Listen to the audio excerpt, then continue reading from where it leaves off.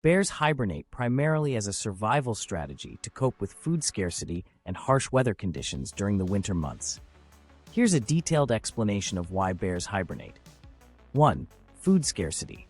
During winter, food sources such as plants, insects, and small animals become scarce. Hibernation allows bears to conserve energy by significantly lowering their metabolic rate, reducing the need for food intake. 2. Energy conservation. By entering a state of hibernation, bears lower their body temperature, heart rate, and breathing rate. This reduces their overall energy expenditure, allowing them to survive on their fat reserves accumulated during the warmer months. 3. Harsh weather. Winter conditions can be extremely harsh, with low temperatures and deep snow making it difficult for bears to find food and move around.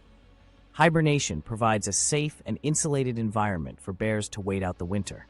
In short, research has shown that bear hibernation is an adaptive response to seasonal changes and food availability.